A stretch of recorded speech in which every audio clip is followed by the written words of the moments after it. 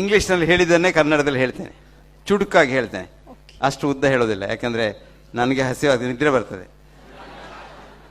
ನಾನು ಊರಿನಲ್ಲಿದ್ದರೆ 9 ಗಂಟೆಗೆ ಮಲಗಬೇಕು, ನಾನು 4 ಗಂಟೆಗೆ ಹೇಳ್ತೇನೆ. ಹಾಗಾಗಿ 9 ಗಂಟೆ ನಂತರ ನಾನು ಈವ್ನಿಂಗ್ ಫಂಕ್ಷನ್ಸ್ ಹೋಗೋದೇ ಇಲ್ಲ. ಯಾಕಂದರೆ ಹೋದರೆ ನಿದ್ರೆ ಬರ್ತದೆ. ನಿದ್ರೆಯಲ್ಲಿ ಏನು ಮಾತಾಡ್ತಾರೆ ಗೊತ್ತಾಗೋದಿಲ್ಲ. ನಿಮಗೆಲ್ಲರಿಗೆ ನಾನು ಏನು ಹೇಳೋದಂದರೆ ಭಾಳ ಸುಲಭ. ನಿಮಗೆ ಆರೋಗ್ಯದಲ್ಲಿರಬೇಕಾ, ಎಲ್ಲರನ್ನು ಪ್ರೀತಿ ಮಾಡಿ. ಅನಾರೋಗ್ಯದಲ್ಲಿರಬೇಕಾ, ದ್ವೇಷ ಮಾಡಿ. ಈ ದ್ವೇಷದಷ್ಟು ದೊಡ್ಡ ಅನಾರೋಗ್ಯಕ್ಕೆ ಕಾರಣ ಬೇರೆ ಇಲ್ಲ.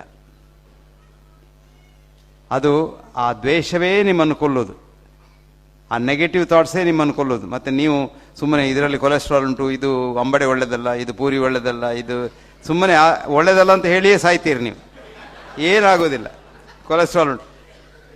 ಪ್ರೆಸಿಡೆಂಟ್ ಒಬಾಮಗೆ ಬೆಳಿಗ್ಗೆ 6 ಮೊಟ್ಟೆಯ ಆಮ್ಲೆಟ್ ಆಗಬೇಕು ಅವನು ಬ್ರೇಕ್ಫಾಸ್ಟಿಗೆ. ಎಷ್ಟು? 6 ಮೊಟ್ಟೆ, ಬಿಳಿಯಲ್ಲ, ಇಡೀ ಮೊಟ್ಟೆ.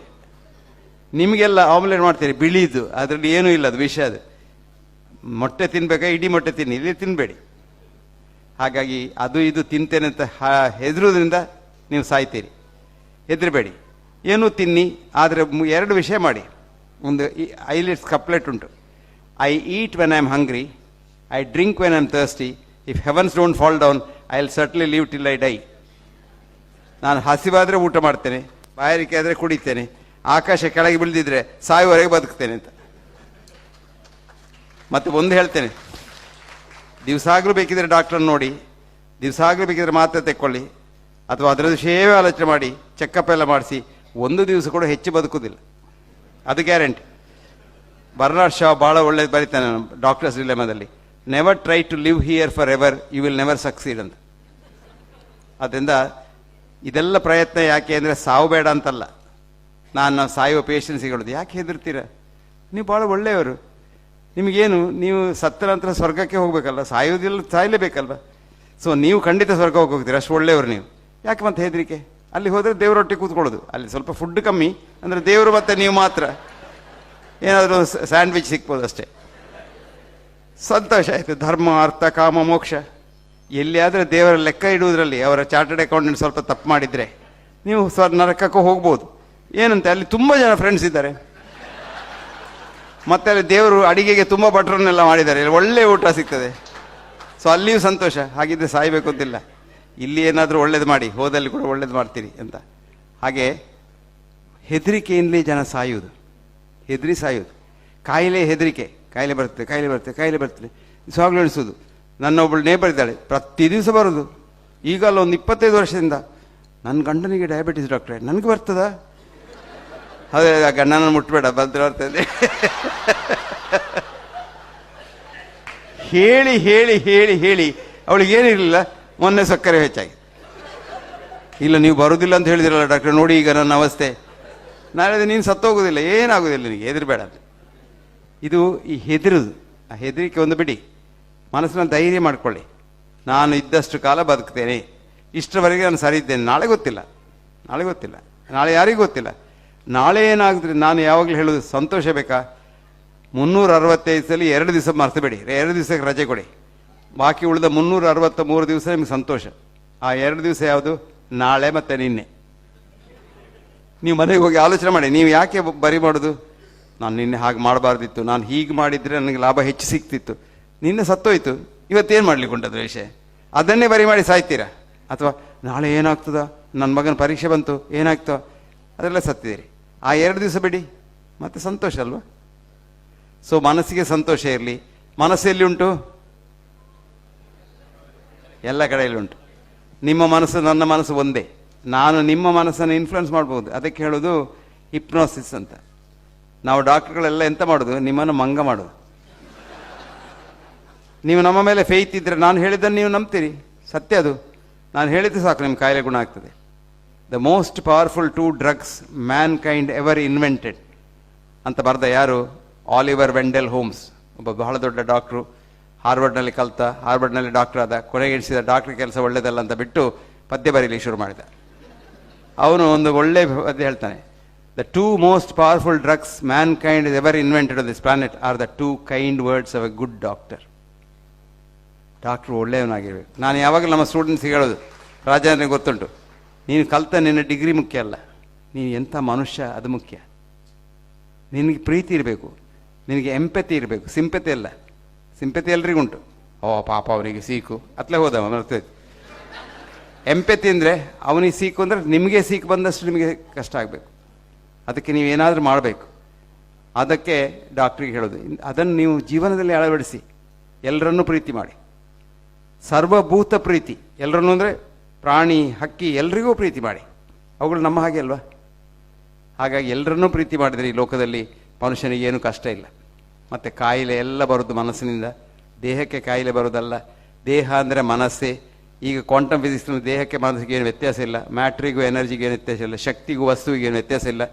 ಅದು ಎರಡು ಒಂದೇ. ಅದಕ್ಕೆ ಎ ಡ್ಯುಯಾಲಿಟಿ ಅಂತ ಹೇಳೋದು, ಅದಕ್ಕೆ ಅದ್ವೈತ ಅಂತ ಹೇಳೋದು. ಆ ಅದ್ವೈತವನ್ನು ನಾವು ನೆನೆಸಿದರೆ, ನಾವು ಸುಖದಲ್ಲಿದ್ದರೆ, ಬೇರೊಬ್ಬರು ಸುಖದಲ್ಲಿ ಇರಬೇಕು ಅಂತ ಎಣಿಸಿದರೆ, ಇನ್ನೊಬ್ರು ಹಾಳಾಗಬಾರ್ದು ಅಂತ ಎಣಿಸಿದರೆ ನಿಮಗೇನಾಗೋದಿಲ್ಲ. ಇನ್ನೊಬ್ರು ಹಾಳಾಗಬಾರ್ದು ಆಗಬೇಕು ಎಣಿಸಿದರೆ ನಿಮ್ಮ ಕಣಗಳೇ ನಿಮ್ಮ ಕಣಗಳನ್ನು ದ್ವೇಷಿಸ್ತವೆ. ನಿಮ್ಮ ಕಣವನ್ನು ಎಷ್ಟು ಪ್ರೀತಿ ಮಾಡ್ತಂತ ಹೇಳಿದೆಲ್ಲ, ಎಲ್ಲ ಕಣಗಳು ಡಾನ್ಸ್ ಮಾಡ್ತವೆ. ಮತ್ತು ಈ ಕ್ರಿಮಿಗಳನ್ನು ಕೊಲ್ಲಿಕ್ಕೆ ಹೋಗಬೇಡಿ. ಡೆಟಾಲ್ ಸಾಬೂನು ಮತ್ತು ಎಂಥದ್ದು ಅದೆಲ್ಲ ಹಾಕ್ಲಿಕ್ಕೆ ಹೋಗಬೇಡಿ. ಕ್ರಿಮಿಗಳು ಬೇಕು ನಮಗೆ. ಕ್ರಿಮಿ ಇಲ್ಲದಿದ್ದರೆ ನೀವು ಸಾಯ್ತೀರ. ಬಾಯಿಯಿಂದ ಕುಂಡೆವರೆಗೆ ಎಷ್ಟು ಕ್ರಿಮಿ ಉಂಟು ಗೊತ್ತುಂಟ? ಎಷ್ಟುಂಟು? 10⁻13 100,000 ಬಿಲಿಯನ್ ಜರ್ಮ್ಸ್. ಅವುಗಳಿದ್ದರೆ ಮಾತ್ರ ನಿಮಗೆ ಆರೋಗ್ಯ. ನಾನು ಕೊಟ್ಟ ಒಂದು ಆ್ಯಂಟಿಬಯೋಟಿಕ್ ತಿಂದರೆ ಅದರಲ್ಲೊಂದು ಮಿಲಿಯಾಂತರ ಸತ್ತೋಯ್ತು. ಒಂದು ವಾರಕ್ಕೆ ನಿಮಗೆ ಟೇಸ್ಟ್ ಇಲ್ಲ ಬಾಯಲ್ಲಿ, ಹೊರಗಡೆ ಸರಿ ಇಲ್ಲ, ಹೊಟ್ಟೆಯಲ್ಲಿ ಗುಡುಗುಡು. ಇದೆಲ್ಲ ಯಾಕೆ? ಕ್ರಿಮಿಗಳನ್ನು ಕೊಂದಿದ್ದೀರಾ. ನಿಮ್ಮ ಕ್ರಿಮಿಗಳು ಒಳ್ಳೆದಿದ್ದರೆ, ಈಗ ಲೇಟೆಸ್ಟ್ ಅಂತ ಗೊತ್ತಾ ನಿಮಗೆ, ಬಹಳ ಜೋರಿನ ಕ್ರಿಮಿ ಕಾಯಿಲೆ ಬಂದು ಸಾಯುವ ಪೇಷಂಟ್ಸಿಗೆ ಯಾವ ಆ್ಯಂಟಿಬಯೋಟಿಕ್ಸ್ ವರ್ಕ್ ಆಗದಿದ್ದರೆ ಇನ್ನೊಬ್ಬರ ಮಲ ಕೊಡೋದು, ಫೀಕಲ್ ಟ್ರಾನ್ಸ್ಪ್ಲಾಂಟ್ ಅಂತ. ಅದನ್ನೇ ಈಗ ಒಂದು ಸ್ಟೆಪ್ ಮೇಲೆ ಹೋಗಿದ್ದಾರೆ ಅಮೆರಿಕದಲ್ಲಿ.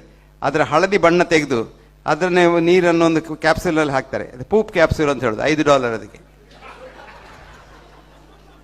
ನಿಮಗೇನಾದರೂ ಆರೋಗ್ಯ ಒಳ್ಳೆಯದಾಗಬೇಕಾದ್ರೆ ಒಂದು 2 ಕ್ಯಾಪ್ಸೂಲ್ ತಿಂದರೆ ಆಯ್ತು.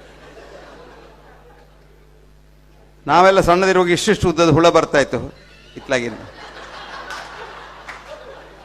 ಅಲ್ವಾ ನೇರ? ಆ ಹುಳ ಹೊಟ್ಟೆಯಲ್ಲಿದ್ದರೆ ನಿಮ್ಮ ಆರೋಗ್ಯ ಬಹಳ ಒಳ್ಳೆಯದು. ಅದಕ್ಕೀಗ ಅಮೆರಿಕದಲ್ಲಿ ಅದರದ್ದೇ ಇದು ಸಿಗ್ತದೆ, ಸ್ಯಾಶೆ. ಆ ಹುಳದ ಮೊಟ್ಟೆ ಒಂದು $5 ಕೊಟ್ಟು ಅದನ್ನು ತಿನ್ನೋದು ಗಟ್ಟಿಯಾಗಿ. ಇದರ ಅರ್ಥ ಏನು? ನಮ್ಮ ಪೂರ್ವಜರು, ನಮ್ಮ ಅಜ್ಜಿ ಏನು ಹೇಳ್ತಾ ಇದ್ರು ಅದೆಲ್ಲ ಕರೆಕ್ಟ್. ರುಸ್ತುಂ ರಾಯ್ ಅವರು ಬಹಳ ದೊಡ್ಡ ರಿಸರ್ಚ್ ಮಾಡಿದ್ರು. ಅವ್ರಿಗೆ 21 ಸಲ ನೊಬೆಲ್ ನಾವೆಲಿಸ್ಟ್ ಆಗಿದೆ. ಎಂಥದಕ್ಕೆ? ಅವ್ರ ಅಜ್ಜಿ ಅವ್ರಿಗೆ ಹೇಳ್ತಾ ಇದ್ರು, ಅವ್ರು ಚಿಕ್ಕದಿರುವಾಗ, ಬೆಳ್ಳಿ ಬಟ್ಟಲಿನಲ್ಲಿ ಊಟ ಮಾಡು, ಬೆಳ್ಳಿ ತಟ್ಟೆಯಲ್ಲಿ ನೀರು ಕುಡಿ. ಇವರು ದೊಡ್ಡ ಸೈಂಟಿಸ್ಟ್ ಆದರು, ಮೆಟೀರಿಯಲ್ ಸೈಂಟಿಸ್ಟ್ ಆದರು. ಅವ್ರು ಹೇಳ್ತಿದ್ರು, ಯಾಕೆ ನಮ್ಮ ಅಜ್ಜಿ ಹೇಳ್ತಾ ಇದ್ರು ಈ ಸಿಲ್ವರ್ನಲ್ಲಿ ಎಂತ ಉಂಟು ಅಂತ ಸ್ಟಡಿ ಮಾಡಿ ಅವರು ನ್ಯಾನೋ ಸಿಲ್ವರ್ ಕಂಡು ಹುಡುಕಿದ್ರು. ಈಗ ನಾವು ನ್ಯಾನೋ ಸಿಲ್ವರ್ ಮಾಡ್ತೇವೆ, ಮಂಗಳೂರಿನಲ್ಲಿ ಮಾಡ್ತೇವೆ. ಎಂಥ ಕಾಯಿಲೆ ಇದ್ರೂ ಗುಣ ಆಗ್ತದೆ, ಎಂಥ ಕ್ರಿಮಿ ಸತ್ತು ಹೋಗ್ತದೆ ಅದರಲ್ಲಿ. ನಿಮ್ಮ ತೆಂಗಿನ ಎಣ್ಣೆಯಲ್ಲಿ ಕೊಬ್ಬರಿ ಎಣ್ಣೆ, ಮೈಸೂರವ್ರು ತೆಂಗಿನ ಎಣ್ಣೆ ಅಂದರೆ ಅರ್ಥ ಆಗೋದಿಲ್ಲ. ಕೊಬ್ಬರಿ ಎಣ್ಣೆಯಲ್ಲಿ ಎಷ್ಟು ಶಕ್ತಿ ಉಂಟು ಅಂದರೆ, ನೀವು ಮನೆಯಲ್ಲಿ ನೊಣ ಎಲ್ಲ ಇದ್ದರೆ ನಿಮ್ಮ ಊಟ ಮಾಡೋ ಮೇಜಿಗೆ ತೆಂಗಿನ ಎಣ್ಣೆಯಲ್ಲಿ ಒರೆಸಿಬಿಡಿ. ಆ ನೊಣ ಅದರಲ್ಲಿ ಕೂತ್ಕೊಂಡ್ರೆ ಆ ನೊಣ ಕೂತ ಕಾಲಲ್ಲಿ ಏನು ಕ್ರಿಮಿ ಇದ್ದರೆ ಅದು ಕೂಡಲೇ ಸತ್ತು ಹೋಗ್ತದೆ. ಎಷ್ಟು ಅದ್ಭುತವಾದ ಎಲ್ಲ ಕ್ರಿಮಿಗಳಿದೆ ಈ ನಿಸರ್ಗದಲ್ಲಿ, ಏನೆಲ್ಲ ಉಂಟು.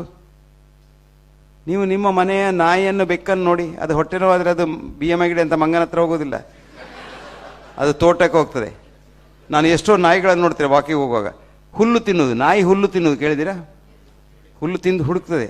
ಅದಕ್ಕೆ ಅದು ಗೊತ್ತುಂಟು, ಅದಕ್ಕೆ ಇಂಟ್ಯೂಷನ್ ಉಂಟು. ನಮಗೂ ಇತ್ತು. ಶಾಲೆಗೆ ಹೋಗಿ ಅದೆಲ್ಲ ಸತ್ತೋಯ್ತು.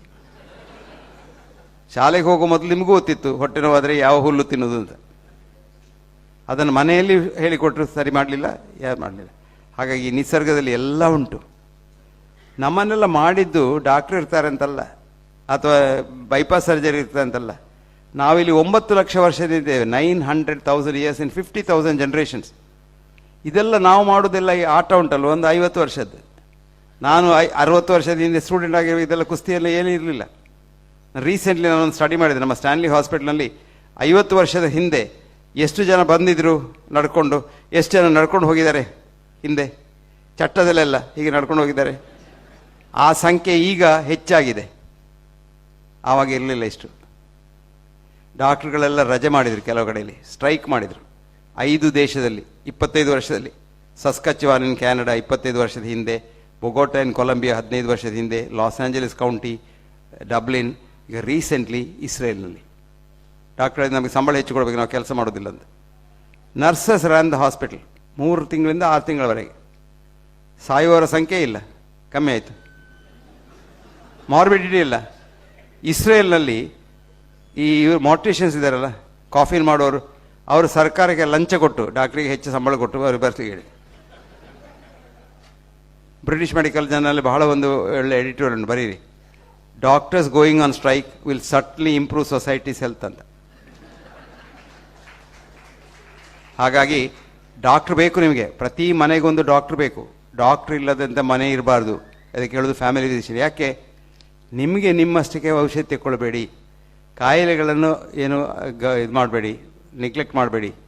ಏನೋ ಒಂದು ಸಿಂಪ್ಟಮ್ ಇದ್ದರೂ ಡಾಕ್ಟ್ರ್ ಹತ್ರ ಹೋಗಿ ಕೇಳಿ, ಯಾಕೆ ಉಂಟು ನನಗೆ ಒಂದು ಕನ್ಸಲ್ಟೇಷನ್.